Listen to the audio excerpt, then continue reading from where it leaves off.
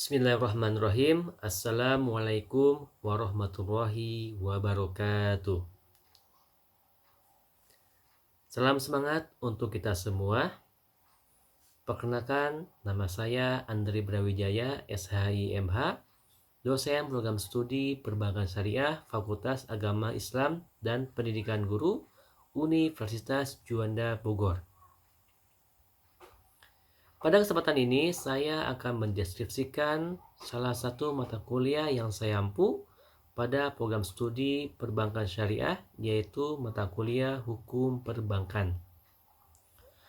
Penyampaian deskripsi mata kuliah ini dalam rangka unjuk kerja bukti pelaksanaan Tridharma di bidang pengajaran. Adapun pendekatan yang saya gunakan yaitu DIA, Delivery, Interaction, dan Assessment. Yang pertama adalah delivery. Bagaimana cara saya menyampaikan pembelajaran secara daring maupun luring kepada mahasiswa. Mata kuliah Hukum Perbankan merupakan mata kuliah prasyarat yang dapat diikuti mahasiswa ketika mahasiswa telah mengikuti mata kuliah perbankan dengan bobot mata kuliah 2 SKS. Pada mata kuliah ini, mahasiswa belajar tentang konsep hukum perbankan secara mendalam, sehingga mahasiswa mampu untuk melakukan penelaahan terhadap segala sesuatu yang menyangkut beragam isu, terutama hukum perbankan. Dengan menggunakan ragam metode analisis yang sesuai dengan hakikat isu, masalah perbankan, dan kebutuhan yang ingin dicapai. Untuk memaksimalkan hasil belajar mahasiswa pada mata kuliah Hukum Perbankan, saya menerapkan sistem pembelajaran secara daring, di mana platform yang saya gunakan yaitu Learning Management System, lengkap dengan Zoom Meeting, Google Meet, dan WhatsApp Group. Terdapat beberapa variasi metode pembelajaran yang saya terapkan pada pembelajaran hal ini diterapkan agar pembelajaran tidak terkesan monoton dan dapat menarik minat belajar mahasiswa sehingga tujuan pembelajaran dapat tercapai. Yang kedua, interaction. Bagaimana cara saya berinteraksi dengan mahasiswa baik saat pembelajaran berlangsung maupun di luar pembelajaran.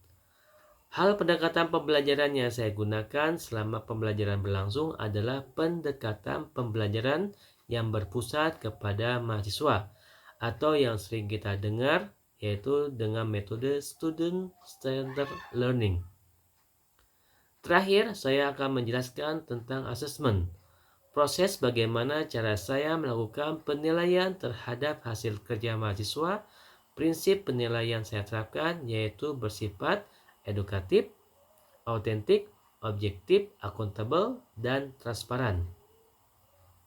Pada pertemuan awal perkuliahan, selain menyampaikan rencana pembelajaran semester, saya juga menyampaikan seputar kontrak perkuliahan. Salah satunya menyampaikan komponen penilaian. Komponen penilaian yang telah disepakati dapat dilihat sebagai berikut. Contoh bentuk penilaian: tes tertulis, tes pengamatan keaktifan, dan penugasan. Penilaian yang telah dilakukan dapat dilihat secara transparan oleh mahasiswa melalui Learning Management System, WhatsApp Group, atau media lainnya. Berikut akan saya tampilkan rekaman pembelajaran mata kuliah Hukum Perbankan.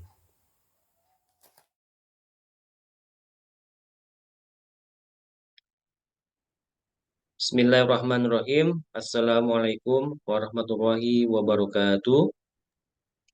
Waalaikumsalam warahmatullahi wabarakatuh. Alhamdulillah, ba'du, para mahasiswa mahasiswi yang berbanggakan. Alhamdulillah pada kesempatan ini Bapak bisa bertemu kembali pada mata kuliah daring yang tentunya ini merupakan mata kuliah hukum perbankan yang wajib teman-teman untuk mempelajarinya. Tentunya di sini Bapak izin untuk men-share screen mata kuliah hukum perbankan. Ya. Izin apakah terlihat semuanya? Terlihat, Pak. Terlihat, Pak. Dapat Terlihat terlihat. semua ya. Oh, mohon izin, maaf. Jadi ini yang saya screenkan. Oke, jadi mata kuliah hukum perbankan ini merupakan mata kuliah wajib bagi teman-teman di prodi perbankan yang tentunya teman di sini pasti tahu tentang perbankan. Nah, kalau perbankan di sini adalah lembaga keuangan ya. Jadi kalau kita lihat mengacu pada Undang-Undang RI nomor 10 tahun 98 tentang perubahan Undang-Undang nomor 7 tahun 92 tentang perbankan yang mengatakan bahwa perbankan adalah segala sesuatu yang menyangkut tentang bank, mencakup kelembagaan, kegiatan usaha, serta cara dan proses dalam melaksanakan kegiatan usahanya. Artinya perbankan ini adalah sebuah lembaga yang menaungi eh, suatu sistem ya dalam kegiatan usahanya, adapun kelembagaannya yang di dalamnya tuh ada usaha. Ya usahanya apa? Usahanya seperti ada peminjaman, ya penghimpunan dana dan juga penyaluran dana. Tentunya akan lebih spesifik lagi pada pengertian bank ya. Bank badan usaha yang menghimpun dana dari masyarakat dalam bentuk simpanan dan menyalurkannya kepada masyarakat dalam bentuk kredit dan bentuk-bentuk lainnya dalam rangka meningkatkan taraf hidup rakyat banyak. Tentunya yang namanya bank ini kita tahu bahwasannya adalah bank adalah lembaga intermediasi ya yaitu menghimpun dana dari masyarakat yang menengah ya kepada masyarakat yang memang sedang membutuhkan dana tersebut. Ya tentunya di sini ada bentuk simpanan. Simpanan ini siapa saja yang memang masyarakat membutuhkan memiliki uang yang banyak, tentu masyarakat bisa menyimpannya di bank. Dan ada pun juga masyarakat yang sedang membutuhkan dana, maka bank siap untuk menyalurkan dananya kepada masyarakat yang membutuhkan dana. Tentunya di sini saling berkaitan ya. Jadi bank ini adalah sebuah lembaga menghimpun dana, menyimpan dana tersebut ya, lalu disalurkan kepada masyarakat yang membutuhkan. Nah, tentu teman-teman di sini pernah ke bank kan? Nah, ke bank itu kan kalian tahu secara sistematis ya yang namanya bank itu pasti orang punya duit. Wah, pasti nyimpen uangnya banyak. Nah, tentunya yang secara umum bank adalah tugasnya menghimpun dana dari masyarakat ataupun menyalurkan dana tersebut yang tersimpan kepada masyarakat. Ketika disimpan lalu disalurkan. Nah, itu kinerja dari segi perbankannya. Nah, adapun dari bank syariah, ya di sini kita gambarkan ada yang namanya sohibul mal, oh dalam bank syariah, ya. Sohibul mal itu yang kita tahu adalah orang yang memiliki apa? Tak. Orang orang yang Dari Dana. memiliki uang. Dana. dana, Kelebihan uang. ya. Jadi orang yang memiliki dana, ya. Tentu sohibul mal itu yang memiliki dana yang tentunya ingin menyimpan, ya. Menyimpan kemana? Nyimpannya kepada bank. Nah, ketika bank menyimpan dana tersebut, lalu bank tersebut disalurkanlah dananya kepada mudorib. Ini dalam bahasa bank syariahnya. Mudorib ini adalah yang disebut kita tahu adalah bisa disebut sebagai nasabah debitur atau mudorib yang kita tahu apa? Ada yang tahu mudorib itu apa artinya? Yang meminjam. Ya, yang meminjam, Pak. Yang Yang nambahin meminjam. dananya. Oke, bisa jadi meminjam juga, tapi di sini mudorib yaitu sebagai pengelola dana. Nah, tentunya nasabah ya, tentu nasabah yang bisa mendapatkan dana ataupun modal dari bank. Tentunya bank di sini pun bisa menjadi sohebumal ya.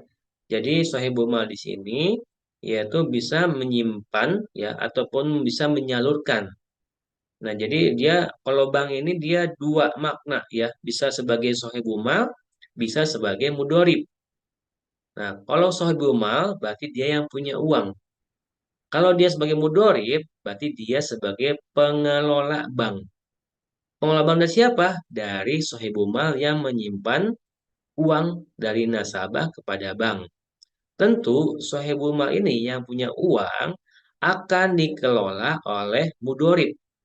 Nah, mudorib inilah yang akan mengolah uang tersebut agar bisa dikembangkan dana tersebut menjadi untung ya. Untungnya kemana? Yaitu ada nasabah, adapun debitur yang ingin membutuhkan dana tersebut. Tentu mudorib ya melakukan sebuah pinjaman. Nah, ketika mudorib di sini mau pinjaman, tentu sohibul mal sebagai di sini ada bank, dia bisa memberikan dana tersebut kepada nasabahnya.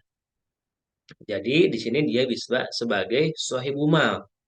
Bank itu bisa sebagai sohibul mal karena apa? Karena dia menyimpan dana dari sohibul mal sebelumnya ataupun deposan, maka dia bisa menyalurkan dananya kepada nasabah yang membutuhkan. Nah, tentunya lembaga perbankan di sini adalah lembaga yang bentuknya intermediasi ataupun sebuah perantara. Perantara di siapa? Perantara dari deposan ataupun kepada nasabah debitur. Istilah bank syariahnya ada sohibul mal, ada mudorib. Nah, tentunya di sini bank adalah sebagai lembaga intermediasi. Jadi, apakah mudorib ini bisa memberikan sebuah keuntungan kepada sohibul mal? Bisa tidak memberikan keuntungan? Bisa. Bisa. Bisa, Kenapa Bisa, Pak. bisa? Pak. Kenapa bisa? Mudorib kok bisa menyalurkan Karena, keuntungannya kepada bank? Karena karena Mudorib mengelola dana, ntar ada bagi hasil marginnya, Pak. oke, exactly ya. Jadi betul sekali.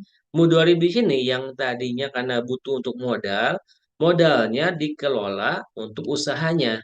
Ketika usahanya mendapatkan keuntungan, maka mudorib bisa mendapatkan memberikan keuntungan kepada sohibumal, yang dalam artian di sini adalah bank. Tentunya bank di sini bisa mendapatkan keuntungan dari mudorib. Begitu juga sebaliknya, apakah sohibul mal yang pada saat ini nasabah deposan yang menghimpun dana kepada bank bisa mendapatkan keuntungan dari bank atau tidak? Bisa tidak? Bisa, Pak. Pak. Bisa. Bisa juga. Ya, karena kenapa? Karena di sini sohibul mal itu menyimpan uang kepada bank yang di bank ini adalah dikelola dananya untuk siapa? Ya untuk sohibul mal yang tentunya diberikan dalam bentuk penyaluran dalam bahasa asingnya atau bahasa kita yang sering kita sebut adalah pinjaman. Ya, memberikan pinjaman kepada nasabah. Tentu dengan hasil pinjaman ini atau dari hasil usaha ini bisa mendapatkan keuntungan. Nah, keuntungan inilah yang akan dibagi dua lagi kepada sahibul mal. Seperti sistem kalau di bank syariah ada sistem bagi hasil. Sedangkan kalau dari apa namanya bank konven dia spreadsheet ya atau bagi keuntungan ya. Di sini dalam bentuk skema bank syariah dan skema bank konvensional. Nah, tentunya di sini saling keterkaitan ya, tidak ada yang membedakan. Jadi teman-teman di sini kita bisa tahu bahwasanya adalah bank ini adalah lembaga intermediasi. Oke, kita lanjut. Di sini ada gambar tiga ataupun skema ya, tiga jenis bank. Ya, bank di sini ada tiga jenis bank ya. Ada yang namanya bank sentral, ada namanya bank umum, ada namanya bank perkreditan rakyat. Atau yang saat ini yang baru ada apa? Ada yang tahu? Bank Bank Perekonomian Rakyat. Perekonomian Rakyat. Baik, terima kasih yang sudah menjawab. Jadi BPR ini dulunya adalah Bank Perkreditan Rakyat. Akan tetapi di sini BPR adalah Bank Perekonomian Rakyat. Karena ada sebuah perubahan yang meluas, tentu di sini ada sebuah ekonomi rakyat yang bisa disalurkan langsung kepada masyarakat. Tentu yang kita tahu bank sentral ini bank apa? Ada yang tahu? Bank Indonesia. Bank Indonesia. Bank Indonesia. Indonesia. Oke, Bank Indonesia inilah yang mengelola keuangan yang ada di Indonesia, seperti mengawasi, membuat aturan, dan memberikan sebuah keseragaman lembaga keuangan yang ada di Indonesia. Ada juga yang namanya bank umum. Bank umum ini seperti apa? Ada bank umum apa? BRI. Ada BRI. BRI, Bank BNR. Mandiri. ada BNI, BRI, ya, terus Mandiri. BSI, ya, yang syariahnya BSI, apalagi banyak ya. BCA. Nah, BCA, Siemens Niaga, ya. Jadi semua bank umum, ya baik bank umum itu ada dua, ada bank syariah, ada bank konvensional. Dan bank syariah itu tadi ada BRI, Mandiri, ya, ada BCA. Nah, ada juga yang bank konvensionalnya ada bank syariah, maksudnya ada bank syariahnya, ada BSI, Bank Muamalat, ya, dan bank syariah lainnya. Yang tentunya ini adalah yang disebut sebagai bank umum. Nah, inilah contoh aktivitas bank. Ya, bank ini ada yang menghimpun, ada yang menyalurkan dana, ada juga yang memberikan jasa-jasa. Ya, jasanya jasa apa saja? Ada yang tahu jasanya? Transfer. Transfer. Transfer, apalagi jasa-jasa bank. Ya, ada sebuah Kredit. transfer, Kayak beli pulsa data. Pulsa ataupun pembayaran yang lainnya seperti rekening ya. Oke, jadi listrik, Pak. pembelian ya, pembelian ya vintage lah ya. Jadi segala macam semuanya bisa ya melakukan beli jasa-jasa yang ada di bank umum. Ya. Tentunya di sini ketika ada menyimpan dana, maka ada yang namanya bunga simpanan. Ya, bunga simpanan ini biasanya disebut sebagai bank konvensional ya. Tapi kalau misalnya menghimpun dana ini ada yang namanya sistem bagi hasil. Nah, ada pun juga menyalurkan dana sama, ada bunga pinjaman kredit. Tapi di sini juga ada juga yang mengatakan ya bagi hasil juga ya. Tentunya yang disebut sebagai spreadsheet yaitu spread base ya, yaitu keuntungan dari bunga peminjam. Kalau kita bahasa kitanya sistem bagi hasilnya. Bagi hasilnya itu ada 60%, ada 40%. Yang tentunya teman-teman di sini itu harus bisa membedakan antara bank syariah dengan bank konvensional. Nah, adapun yang namanya hubungan hukum antara bank dengan nasabah. Ada dua ya dasar yang memberikan sebuah hubungan hukum. Yang pertama adalah hubungan kontraktual. Yang dimana kontraktual di sini bank dapat memberikan sebuah pemberi kuasa atau perjanjian penitipan barang dan juga pinjam meminjam. Nah, jadi ada kontrak, ada perikatan, ada yang namanya sebuah kesepakatan antara siapa? Antara pihak bank dengan pihak nasabahnya. Tentu hubungan kontraktual ini sangat erat hubungannya. Makanya dalam kontraktual di sini bank merupakan sebuah ikatan perjanjian yang mengikat pada dirinya untuk bisa melakukan sebuah akad ataupun sebuah perjanjian yang salah satunya ada yang pemberi kuasa, ada penitipan barang ataupun pinjam meminjam. Yang kedua, ini adalah asas kepercayaan, atau disebut juga sebagai fiduciary relation, yang artinya menurut Simon, ya status bank merupakan a place of special safety and probity. Ya, maka hubungan antara bank dan nasabah adalah hubungan fiduciary atau asas kepercayaan ya dengan pihak kreditur ataupun yang saat ini disebut sebagai nasabah, bank dan juga debitur sebagai nasabah, yaitu merupakan sebuah janji bersyarat dari debitur untuk membayar sejumlah uang yang sudah pasti jumlahnya pada waktu tertentu kepada kreditur yang telah menyediakan uangnya. Jadi ketika asas kepercayaan ini diberikan dari pihak bank ataupun dari pihak nasabah kepada bank, itu harus ada sebuah perjanjian. Ya, perjanjian itu ya tadi ada ikatan kontraktual yang mengatasnamakan kayak penitipan barang, ada sebuah pengelolaan dana juga, itu adalah sebuah kepercayaan yang dimana antara bank dengan nasabah ini memiliki hubungan yang erat, ya, jadi tidak bisa dipisahkan. Nah, adapun asas-asas ini yang tadinya ada tiga ya, ada asas, fungsi, dan tujuan. Ya, tentunya asas ini dalam perbankannya adalah menegaskan bahwa perbankan Indonesia dalam melakukan usahanya berasaskan demokrasi ekonomi dengan menggunakan prinsip kehati-hatian.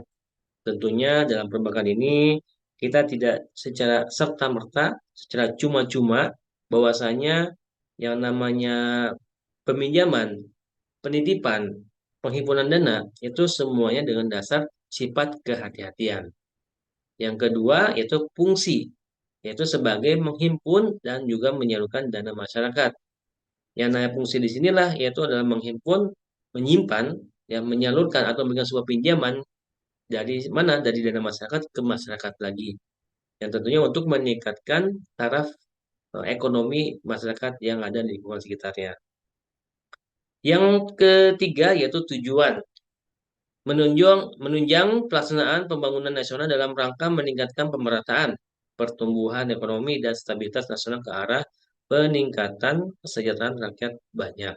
Atau rakyat yang memang yang ingin meningkatkan ekonominya dalam hal ini dalam dunia perbankan, ada yang simpan meminjam, ya, simpan meminjam juga itu artinya mereka bisa memberikan sebuah pemberian harapan untuk mencapai cita-citanya. Tentunya masyarakat ini sangat ingin sekali meningkatkan ekonominya dengan adanya dua perbankan ini, ya, yang memiliki sebuah asas, fungsi, dan tujuan ini bisa dilakukan secara merata. Karena memang perbankan ini adalah sebuah lembaga intermediasi yang memang tidak bisa dipisahkan. Nah, tentu yang terakhir ini adalah ada prinsip kehati-hatian bank, yaitu disebut juga prinsip Camel. Tentu dalam kehati-hatian bank ini, bank juga memberikan sebuah apa namanya urutan yang dimana setiap bank ketika ingin mendirikan sebuah bank tentu dia harus Camel, ya. Camel di sini ada singkatannya, ya. Ada yang disebut satu C, ya, capital, dua asset quality, tiga manajemen, empat earning, lima liquidity. Adapun yang pertama, capital dan permodalan, yaitu meningkatkan kesehatan dan stabilitas sistem perbankan internasional. Kedua, menghilangkan sumber persaingan yang tidak sehat.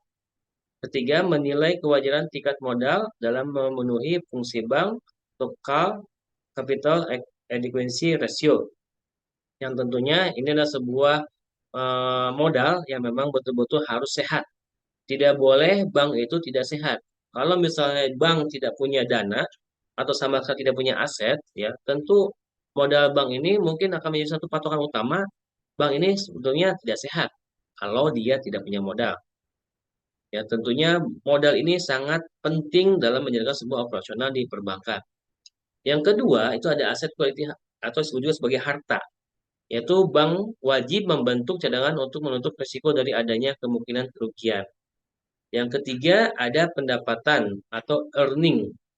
Tentu bank pasti selalu ingin mendapatkan yang namanya laba ataupun keuntungan. Nah, mereka itu tidak mau adanya kerugian yang tentunya menjadi suatu penghalang, ya, ketika ingin meningkatkan sebuah operasional di perbankan, tentu dia harus meningkatkan keuntungan, tidak boleh ada yang rugi. Itu earning, ya. Yang keempat, ya, itu adalah manajemen. Manajemen di sini ada pengolahan, ya. Pengolahan bank di sini tentu wajib ada pengolahan manajemen permodalan, manajemen kualitas aktiva, ada manajemen umum, ada manajemen rentabilitas. Yang kelima ada manajemen liquidity. Nah, yang paling penting ada pengolahan likuiditas. Apa itu likuiditas? Ada yang tahu? Likuiditas? Likuiditas ada yang tahu? Masih ingat? Kemampuan bank untuk membayar hutangnya. Oke, baik. Terima kasih Siti Nur Hasani. Jadi yang namanya likuiditas itu kemampuan untuk membayar, ya. Tentu di sini sudah betul, ya, di sini sudah jelas bahwa liquidity itu adalah kemampuan membayar yang dimana bank wajib membayar ataupun sebuah transaksi hutang yang diajukan kepadanya. Tentu ketika bank ada nasabah yang ingin melakukan pengambilan dana itu harus siap. Tidak boleh, oh mohon maaf Pak, dananya kurang. Oh maaf Pak, dananya tidak ada. Oh mohon maaf Pak, kami tidak punya uang. Nah, itu menjadi suatu pertanyaan. Ternyata bank tersebut tidak sehat. Nah, tentunya Kemal di sini merupakan suatu acuan yang memang sangat penting dalam menjaga sebuah perbankan. Tentunya ini semuanya sesuai dengan aturan-aturan Bank Indonesia dan juga aturan undang-undang yang ada di perbankan. Baik, mungkin cukup sekian dari Bapak. Ada yang mau bertanya? Silakan. Ada yang belum bisa dipahami, ada yang memang harus didiskusikan. Ya, silakan. Mengenai dunia perbankan lah ya, itu bebas. Jadi kalau misalnya nasabah tadi ada hubungan kontraktual dengan eh, antara pihak bank dengan nasabah, yaitu bagaimana misalnya. Oke, ada yang mau bertanya? Fatullah, ada Siti Nurhasani, Disti, Javinka. Izin bertanya, Pak. Oke, silakan, Kang Fatullah. Mungkin yang saya tanyakan berkenan yang tadi Bapak sampaikan ya, Pak, tentang yang kapital. Kapital kan modal, Pak. Nah, yang Bapak Ya, sampaikan tuh tadi modal dari bank. Nah, yang saya tangkap sebenarnya tuh modal ya dari orang yang meminjam ke bank itu gitu. Nah, yang dimaksud di kapital itu modal yang dari bank apa modal yang dari orang yang meminjam gitu, Pak? Terima kasih. oke. Baik, terima kasih Kang Fatullah. Yang mengenai di sini adalah yang namanya eh, capital atau permodalan, tentu ini berdasarkan modal dari bank. Jadi ketika operasional perbankan, ya, tentu yang namanya prinsip kehati-hatian dalam perbankan ini tentu harus mencapai yang namanya 5 poin ini. Ada capital, aset, quality, manajemen, earning, dan liquidity. Nah, artinya yang namanya capital di sini itu tentu harus ada. Nah, harus ada di sini tuh dia tidak boleh nggak ada modalnya. Tentu modal dari siapa? Bukan modal dari nasabah, tapi modal dari perbankan. Nah, tentunya perbankan di sini dia tuh harus ada modalnya. Kenapa? Kalau modalnya ada, maka dia di poin 5 itu dia bisa melakukan liquidity. Tapi kalau modalnya tidak ada, maka dia tidak bisa melakukan liquidity tersebut. Nah, artinya kelima poin di sini inilah ada saling berkaitan antara kapital dengan liquidity. Tentunya semuanya juga saling berkaitan. Nah, yang kapital sini tentu modal. Modal untuk pendirian bank pun ya dulu masih murah. Ya, dalam bank itu bisa ada yang 3 miliar, ada yang 2 miliar ya dulu. Tapi karena aturan baru, tentu mendirikan bank itu harus mencapai bisa 3 triliun. Ya, triliunan kita mainannya. Bahkan ada yang sampai 8 triliun, 5 triliun. Ya, tentunya itu adalah modal modal awal ya dalam meningkatkan sebuah perekonomian yang ada di Indonesia. Karena beriringnya waktu, tentu yang namanya modal ini itu semakin besar. Karena Bank Indonesia tidak mau mengambil resiko ketika yang namanya perbankan ini harus segera mungkin begitu saja hilang ya. Tentunya dalam hal ini bisa kita tahu perbankan itu adalah lembaga yang memang memiliki prinsip yang kuat ya terutama kepada nasabah terhadap perbankan yang memang saat ini ramai di tengah masyarakat. Bank itu di mana-mana, banyak bank yang berdiri tapi kadang modalnya pun khawatir tidak cukup gitu ya, atau bahkan ada yang baru berdiri baru tiba-tiba gulung tikar. Kenapa kok bisa? Makanya bank memberikan sebuah aturan, Bank Indonesia terutama bagi siapa saja yang ingin mendirikan sebuah bank itu harus memiliki dana modal yang besar gitu ya, Alhamdulillah. Terima kasih atas jawabannya dan informasinya. Oke, baik. Ada lagi yang mau bertanya? Siapa? Disti? Zafinka? Bapak, maaf izin bertanya. Ya, boleh, Zafinka. Kalau kalau misalnya Pak ada bank bank ini Pak bank umum yang udah tidak sehat itu dari bank sentralnya ada tindakan dulu apa langsung ditutup itu aja ya Pak? Terima Baik, kasih. terima kasih Saudari Jamfinka yang mengenai bank ya yang memang sudah tidak sehat ataupun ketahuan sudah mulai agak muriang ya bahasa Sundanya ataupun lagi sakit lah ya. Nah, tentunya itu akan dicek di sistemnya operasional perbankan seperti apa. Apakah memang dia betul-betul tidak sehat ya, seperti apa ataupun dananya tidak ada ya. Biasanya kalau bank yang udah dikatakan tidak sehat itu akan memberikan sebuah pengumuman dari bank sendiri ya dari bank apa namanya yang beroperasi. Tentunya memberikan informasi kepada Bank Indonesia bahwasanya kita likuiditas kita kurang, nggak bisa. Nah, ketika likuiditas kita nggak bisa melakukan likuiditas, maka BI akan memberikan sebuah peringatan ataupun sebuah pengaturan manajemennya. Kalau misalnya manajemennya tidak bisa, maka dia harus yang namanya dia harus bisa memberikan informasi yang penting kepada Bank Indonesia apa betul bank tersebut memang betul-betul tidak bisa melakukan pembayaran kepada nasabahnya. Nah, ketika memang tidak bisa melakukan, ya maka Bank BI itu akan mengambil alih ya semua aset yang ada di perbankan tersebut itu akan langsung diambil alih yang tentunya nanti bank tersebut apakah dia beranggotakan sebagai LPS atau LPS lembaga penjamin simpanan yang menjamin ya bahwasanya aset yang ada di bank tersebut itu bisa diberikan sebuah asuransi lah ke bahasa kitanya. Nah, tentu BI akan melihat betul atau tidak bank tersebut memang betul-betul tidak melaksanakan operasionalnya, bahkan ada yang protes nasabahnya. Nah, tentu itu akan menjadi sebuah pusat perhatian dari BI itu sendiri. Maka dari itu bank tersebut secara perlahan ya mereka Bank Indonesia akan memberikan sebuah apa namanya asuransi kepada masyarakatnya yang memang ketika ingin mengambil dia tidak bisa memberikan dananya. Ya tentu dari Bank Indonesia harus bisa kewajibannya untuk bisa memberikan dana dari bank yang mau bangkrut kepada masyarakatnya. Tentu itu akan diambil alih semuanya yang tentunya secara bertahap tidak mungkin langsung dia begitu saja langsung digulung tikar. Tentu dia ada tahapan-tahapan bagi mereka yang memang karena proses untuk gulung tikar itu tidak membalikan sebuah tangan, tapi dia ada tahapan-tahapannya yang memang sesuai dengan aturan Bank Indonesia bahwasanya bank tersebut sudah dikatakan tidak sehat ataupun tidak bisa beroperasional lagi. Nah, tentunya ini kita tahu bahwasanya bank yang saat ini sedang ramai bicara dulu ya, itu ada bank-bank yang memang apa namanya gulung tikar dengan sistem politik yang ada, tentunya Bank Indonesia mengambil alih. Bagaimana nasabahnya ketika mau bangkrut? Tentu nasabahnya itu bisa diberikan sebuah apa namanya pemahaman juga sebuah pengembalian yang tentunya ada yang 100% ada yang tidak 100%.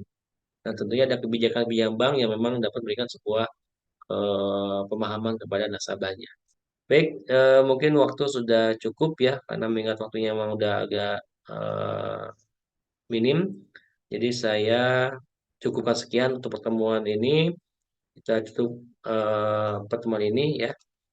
Statis lebihnya kita bertemu lagi di minggu depan ya dengan waktu yang sama dan juga jumlah peserta yang sama. Tidak ada pertanyaan ya. Kita cukupkan sekian ya. Baik, kalau tidak ada pertanyaan lagi, kita cukup sekian. Mohon maaf apabila ada kesalahan kata. Kita tutup sama-sama dengan membaca suatu majlis. Subhanallahumma wa bihamdika asyhadu an la ilaha illa anta astaghfiruka wa atubu ilaik. Billahi taufiq hidayah. Wassalamualaikum warahmatullahi wabarakatuh. Waalaikumsalam warahmatullahi wabarakatuh. Bapak. Terima kasih Bapak. Terima kasih Pagi, semuanya Pak. ya. Baik.